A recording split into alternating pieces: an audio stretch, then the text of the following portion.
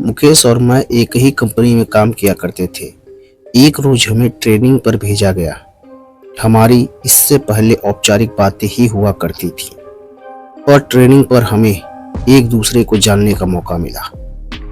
हमें कमरे में एक साथ ही रुकना था। साथ रहकर हम आपस में काफी घुल मिल गए थे। अक्सर रात को मुझ पर से चादर हट जाती तो मुकेश मुझे चादर ओढ़ा दिया करता था। मैंने उससे पूछा, क्यों जागते रहते हो रात भर? मेरी तो आदत है करवट बदल बदल कर सोने की, चादर तो टिकती ही नहीं। मुकेश ने मेरी बात का कोई जवाब नहीं दिया।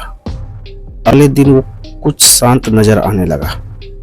रात को सोते समय मुकेश ने जो मुझे बताया वो न केवल दिलचस्प था बल्कि कुछ ऐसा था जो मैंने ना तो कभी सुना था ना कभी महसूस किया था। ऐसा कम ही देखने को मिलता है। यह बात केवल विश्वास तक रह जाती है। मुकेश ने कहना शुरू किया, आप शायद यकीन ना करें, 2003 का साल था। टीवी देखना, लाइब्रेरी जाना, दोस्तों से मिलना जुलना मेरी दिनचर्या बनी हुई थी। ऐसे में एक दिन मैं अपने दोस्त से मिलने उसके घर पहुंचा था। पता चला मेरे छोटे भाई दिनेश की तबीयत खराब है। मैं तुरंत घर को निकला। वहां देखा परिवार के सभी लोग मौजूद थे। दिनेश जोरों से चीख रहा है, जैसे उसे किसी तरह का दर्द हो रहा हो। उसकी हालत बिल्कुल भी देखने लायक नहीं थी। 3-4 लोग भी मिलकर उसे संभाल नहीं पा रहे थे। पिताजी ने कहा, इसे तुरंत डॉक्टर के पास ले जाते हैं, पर मां ने मुझे चुप रहने का इशारा किया। दिनेश चीखता और बेहोश हो जाता। दिनेश की आंखें अब भयानक होने लगी थी। कोई उसका सर दबा रहा था तो कोई उसका छाती मसल रहा था। नानी ने कहा, इसे पूजा घर में ले जाओ। इतना सुनते ही दिनेश जोर जोर से चीखा। शायद ये बात उसे पसंद नहीं आया। उसे घसीटकर पूजा घर में ले जाना पड़ा। वहां वो और भी जोर जोर से चीखने लगा। उसे संभालना मुश्किल हो रहा था तो हमने उसे एक कुर्सी में बांध दिया। फिर नानी ने प्रश्न किया, बता कौन है तू? सुनकर दिनेश गुस्से में भर गया। उसका सर और छाती अब भट्टी की तरह तड़पने लगे थे। उसे अब संभालना मुश्किल हो रहा था। नानी ने फिर कहा, बता कौन है तू? इस बार दिनेश ने गुस्से में अपने दांत पीस लिए और उन दांतों को किटकिटाने की आवाज मेरे कानों में दर्द करने लगी। उसके बदन की सारी हड्डियां कटकट कर रही थी। आखिरकार उसने अपनी जबान बाहर निकाली जो काली पड़ चुकी थी। यकीन नहीं हो रहा था किसी इंसान की जबान खींचकर इतनी लंबी हो सकती है। नानी ने फिर अपनी बात दोहराया, बता कौन है तू, कहां से आया है? इस बच्चे ने तेरा क्या बिगाड़ा है? जहां से तुम आए हो वहीं लौट जाओ। बदले में जो कुछ मांगोगे हम तुम्हें देंगे, लेकिन इस बच्चे को छोड़ दो। दिनेश ने अपना आपा खो दिया। वो उसी तरह से कराहता, दांत पीसता, खींचता, चिल्लाता और बेहोश हो जाता। होश में आने पर उसे संभालना बड़ा मुश्किल हो रहा था। मुझसे यह सब नहीं देखा गया। मैं बाहर आ गया और रोने लगा। उस वक्त मैंने हनुमान जी को याद किया। मंदिर में दिया भी जलाया। रोते रोते भगवान से दिनेश को ठीक करने की प्रार्थना की और वापस दिनेश के पास आ गया। दिनेश की रोने चीखने से वहां एकदम जमघट सा लग चुका था। भीड़ में भी दिनेश उसी तरह की हरकतें किए जा रहा था। वो शांत होने पर मैंने उसे पानी पिलाया। पानी पीने के बाद वो और भी भयानक रूप में आ गया।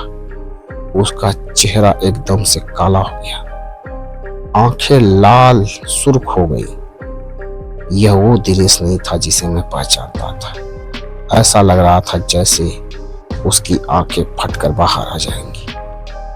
पास जाने पर वो हर किसी को काटने को दौड़ता, अपना मुंह नोचने लगता, और फिर शांत होकर रोने लगा। मैंने पूछा, कौन हो तुम? क्यों हमें परेशान कर रहे हो? दिनेश ने मेरी तरफ ऐसे देखा जैसे मेरी जान ले लेगा। दिनेश कुछ देर तक मुझे घूरता रहा। वो दिनेश नहीं था, उसकी जगह किसी और ने ले ली थी। सबको बारी बारी से घूरने के बाद उसकी आंखें अपने कोटर में गोल गोल घूमने लगी। ऐसा नजारा जीवन में मैं पहली बार देख रहा था, बल्कि मैं तो ये कहूंगा कि यह सब जीवन में पहली बार देख रहा था। वो चीखना, चिल्लाना और भयानक हंसी और दांत पीसना, किटकिटाना, दर्द में कहराना, हड्डियों का एक साथ कड़कड़ाना, सब कुछ एक मनहूसियत में बदल चुका था। फिर दिनेश ने एक लंबी सांस खींची और छोड़ी। उसकी सांस की दुर्गंध इतनी थी, सब अपना मुंह ढककर घर से बाहर निकल गए और वह पागलों की तरह हंसा। वापस अंदर जाने पर दिनेश फिर सभी को घूरने लगा। हमने वापस पूछा, कौन हो तुम? फिर वो एक औरत की आवाज में बोला, मैं शहडोल की हूं। मैं हूं तंत्रा। इसने मुझे जगा दिया है। मैं इसे नहीं छोड़ूंगी। इसे अपने साथ लेकर जाऊंगी। और हंसने लगी। हमने कहा, जो तुम मांगोगी हम तुम्हें देंगे, पर इसे छोड़ दो। वो दुष्ट आत्मा अब अपने पूरे रूप में आ गई और बोली, मुझे एक मटकी, 4 नारियल, चुनरी, श्रृंगार का पूरा सामान ला कर दो तो मैं चली जाऊंगी, नहीं तो मैं इसे अपने साथ ही लेकर जाऊंगी। जल्दी करो, दफा हो जाओ। यह सामान लेकर ही आना, वरना इसे मैं चबा जाऊंगी।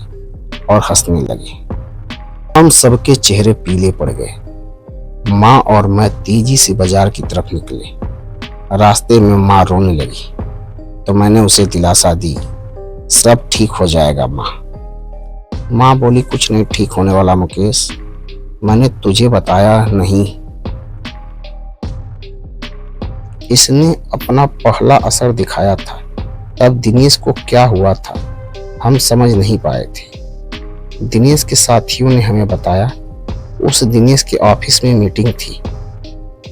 सब आपस में हर्ष बोल रहे थे। सब कुछ ठीक था। अचानक दिनेश की तबीयत बिगड़ने लगी। दिनेश सामने रखा गिलास उठाया और पानी पिया। पानी पीते ही दिनेश बेहोश हो गया। उसके साथी चौंक गए। 2 लोगों ने मिलकर उसे टेबल पर लिटाया। उस समय उसकी आंखों से आंसू बह रहे थे। वो अपने साथियों से कुछ कहना चाह रहा था, लेकिन उसके मुंह से शब्द नहीं निकल पा रहा था। उसके साथी उसे हॉस्पिटल ले गए। हमें जैसे ही सूचना मिली, हम सभी वहां पहुंच गए। दिनेश कुछ देर बाद ठीक हो गया। क्या हुआ उसे खुद कुछ नहीं मालूम था। उसे याद था कि वो बेहोश हो गया। उसके बाद कभी ऐसा कुछ नहीं हुआ जिससे कोई परेशानी हुई हो। ठीक कह रही हो माँ, उसके बाद भी कुछ हुआ जरूर था। क्या मतलब? माँ बोली। मतलब ये माँ, पिछली बार जब मैं छुट्टियों में घर आया था, उस रात मैं कमरे में सो रहा था। रात के 3 बजे का समय था। कमरे और खिड़की खुली हुई थी और उससे तेज हवा कमरे में आ रही थी। उस हवा के शोर से मेरी आंख खुली। मैंने देखा एक साया मेरे पास खड़ा था। ध्यान से देखने पर भी मैं उसका चेहरा नहीं देख पाया। उसके चेहरे पर कालिक के अलावा कुछ नहीं था। उसका शरीर धुएं जैसा था। अचानक वो साया बादल की तरह तैरता मेरे सामने आने लगा। मैं घबरा गया और अपनी चादर में मैंने अपने आप को समेट लिया। वापस देखा तो साया वहां नहीं था। इसे अपना वहम मानकर मैं भूल चुका था और अब दिनेश की हालत देखकर ऐसा लगता है कुछ तो जरूर हुआ है माँ। इसके बाद मैं मटकी लेने चला गया और माँ श्रृंगार के सामान खरीदने लगी। मुझे दुकान बंद मिली तो मैं सीधे कुम्हार के घर चला गया। वहां से लाल और काली दोनों मटकी लाया।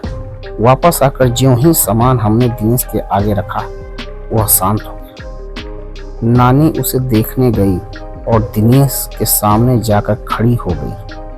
कुछ देर तक नानी उसे ऐसे ही देखती रही। तो हमने नानी से पूछा, क्या हुआ नानी? नानी हमारी ओर पलटी। नानी के चेहरे का भाव दिनेश जैसा हो गया था और हम भी घबरा गए। नानी ने उसी चीख के साथ रोना शुरू कर दिया और कहा, मैं सुडौल की हूँ, मेरी हत्या कर दी गई थी। मेरी लाश के बेरहमी से टुकड़े टुकड़े करके दफन कर दिया गया था।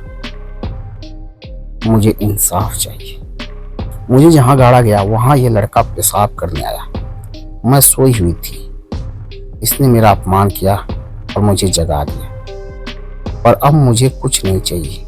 मैं जा रही हूँ, मुझे रास्ता दो। हमने पूछा, तुम दोबारा इसे परेशान नहीं करोगी?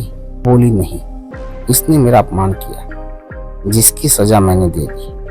अब मुझे जाने दो। और नानी बेहोश होकर गिर गई। हमने नानी को संभाला। इतनी देर में दिनेश भी सामान्य हो चुका था। हमने दिनेश को भी कुर्सी से खोल दिया। फिर कुछ दिन और बीते और दिनेश को काम के लिए भोपाल जाना पड़ा। दिनेश और ऑफिस के कुछ लोग होटल में रुके। होटल में आधी रात को लोगों ने शिकायत की, वहां कोने से रोने की आवाज आ रही है। होटल कर्मी ने वहां जाकर देखा तो वो आवाजें दिनेश के कमरे से आ रही थी। कमरा अंदर से बंद था। तो होटल कर्मी ने दूसरी चाबी से कमरे का दरवाजा खोला। सामने दिनेश था, होटल की चादर में लपटा हुआ और जमीन से 2 फुट ऊपर हवा में उसका शरीर तैर रहा था। उसके मुंह से अजीब अजीब आवाजें आ रही थी। इस भयानक नजारे को देखकर उन लोगों के दिल दहल गए। कुछ लोग तो भाग खड़े हुए। बाकी लोगों ने दिनेश को पकड़ा तो वो चीख पड़ा और चिल्लाने लगा।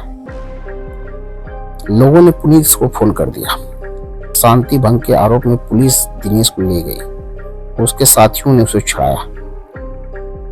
उसके बाद दिनेश का लगातार यही हाल रहा। किसी ने मंडल के जंगलों में एक तांत्रिक होने की बात हमें बताई। शायद वो दिनेश को ठीक कर सके। हमने उसे बुलाया।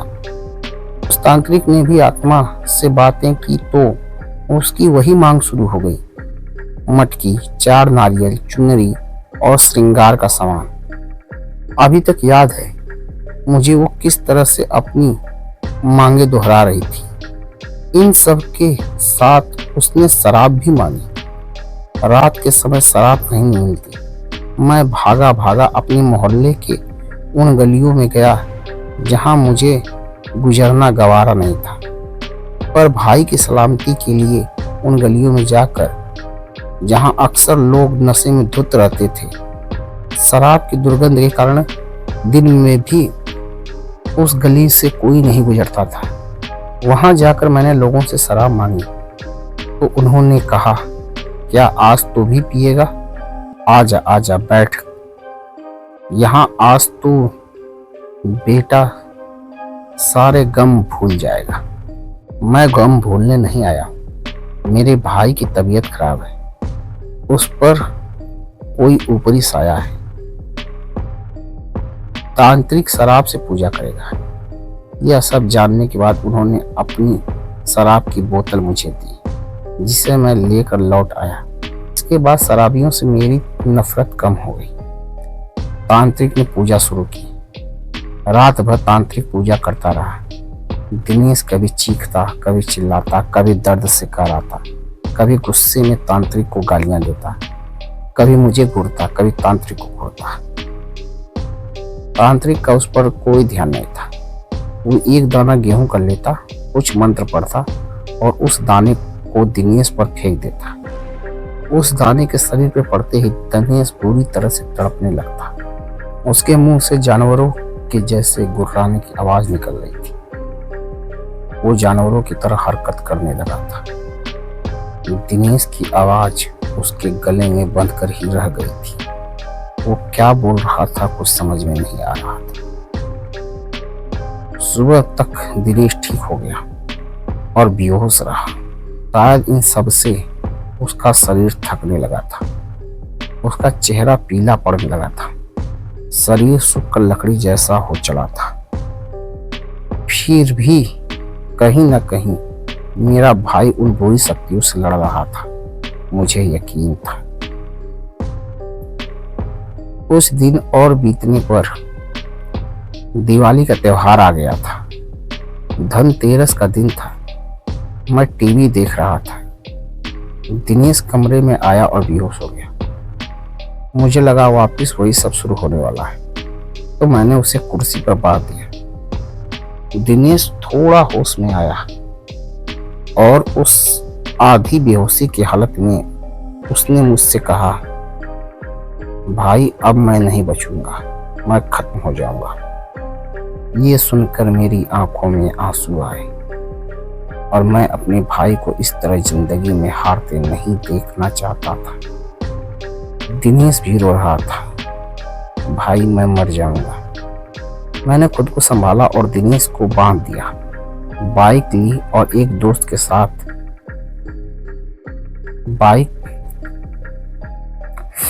दिनेश भी रो रहा था, भाई मैं मर जाऊंगा। मैंने खुद को संभाला और दिनेश को बांध दिया। बाइक ली और एक दोस्त को साथ लेकर मैं उसी तांत्रिक को बुलाने निकला। मंडल के घंघोर जंगल, गुप्त अंधेरा। मैं तांत्रिक के घर पहुंचा। तांत्रिक भी उस दिन नशे में था। उसे बाइक पर बीच में बैठा कर लाए। तांत्रिक का खुद का शरीर बस में नहीं था। गिरता पड़ता वो दिनेश के पास पहुंचा। जैसे ही उसने दिनेश का हाथ पकड़ा, उस तांत्रिक का सारा नशा उतर गया। उसने वही पूजा दोहराई और सुबह होने तक फिर दिनेश ठीक हो गया। अब तो यह सिलसिला चालू सा हो गया था। तांत्रिक आता, पूजा करता और सुबह तक चला जाता। मटकी, 4 नारियल, चुनरी और श्रृंगार का सामान हमारी रोज की जरूरत बन गई। ये सब चीजें अब घर में हर समय मौजूद रहने लगी। रोज रात गिरते घर में मनहूसियत से छा जाती। घर के एक कोने में शराब की बोतलों का ढेर इकट्ठा हो गया था। ऐसा कोई मंदिर नहीं बचा, कोई मस्जिद नहीं बची जहां दिनेश का इलाज नहीं करवाया। अंत में किसी ने कलकत्ता के काली मंदिर जाने का सुझाव दिया। वहां जाकर दिनेश का इलाज कराया। यहाँ भी वही मांग जारी रही। मटकी, 4 नारियल, चुनरी, श्रृंगार का सामान। और पुजारी ने साथ में कुछ नींबू और लौंग और कफन भी मंगवा लिया। इस बार की पूजा मुझे कुछ विशेष लगी। पुजारी हर बार कुछ मंत्र पढ़ता और उसे नींबू में फूंक देता और उसमें लौंग चुभा देता। फिर उस नींबू को कफन में लपेटकर एक मटकी में डाल देता। दिनेश को इससे बहुत दर्द होता और वो बेहोश हो जाता। होश में आकर दिनेश की फिर वही हरकतें चालू हो जाती थी और पुजारी अपने काम में लगा रहा। जैसे ही उस आत्मा की बारी आई, वो कहने लगी, मुझे छोड़ दो, मुझे छोड़ दो, मुझे जाने दो। पुजारी बोला, तो इसे परेशान करेगी? नहीं करूंगी, नहीं करूंगी, मुझे माफ कर दो, मुझे जाने दो। पुजारी बोला, क्यों परेशान कर रही है इस बच्चे को? पीछा छोड़ इस बच्चे का, वापस जा, लौट जा जहां से भी तू आई है। पुजारी ने ऐसा 8 से 10 बार किया और तंत्रा को भी उसी में कैद कर लिया। अंत में पुजारी ने वो मटकी हमें दी और कहा, इस बच्चे के अंदर दुष्ट आत्माओं ने डेरा जमा लिया था। सारी आत्माओं को इस मटकी में कैद कर लिया। इसे ले जाकर शमशान में गाड़ दो और ध्यान रहे नंगे पैर ही जाना। उस मटकी को शमशान में गाड़ आए। ताज्जुब तो यह था, पूरा रास्ता जंगल से होकर गुजरता था। रास्ते में नंगे पैर पर एक कांटा भी न चुभा। ऐसा लग रहा था कोई रुई पर रखकर हमें उस जगह तक पहुंचा आए थे। इसके बाद दिनेश ठीक हो गया और काफी कमजोर हो चला था। केवल खाने और दवाइयों के लिए ही बिस्तर से उठ पाता था। इस वाकये के बाद मेरा उन चीजों पर भी विश्वास हो गया जिन्हें मैं कभी पहले नहीं मानता था। 5 सालों तक इसी मुसीबत को झेलने के बाद हमारी माली हालत खराब हो गई थी। सर पर कर्जा हो गया था। धीरे धीरे हम भाइयों ने वो कर्जा भी चुका दिया। हम कई और दिनों तक दिनेश की देखभाल में रात भर जागते थे। मैं उसके खाने का समय पर दवाइयों का ध्यान रखा करता था। रात में उठ कर देखता था दिनेश सो रहा है या नहीं। उसकी चादर ठीक कर देता था ताकि वो आराम से सो सके। आज भी मेरी यही आदत है। बस यही बात थी। ऐसा कहकर मुकेश चुप हो गया। उसकी कहानी को ध्यान से सुनने के बाद अंत में मैंने मुकेश से कहा, बेशक ये कहानी किसी के लिए बेमिसाल हो या ना हो, लेकिन तुम दोनों भाइयों का आपस में प्यार बेमिसाल है। तो दोस्तों, ये कहानी आपको कैसी लगी आप कमेंट में जरूर बताएं। साथ ही साथ वीडियो को लाइक करें, शेयर करें और चैनल को सब्सक्राइब करें। धन्यवाद।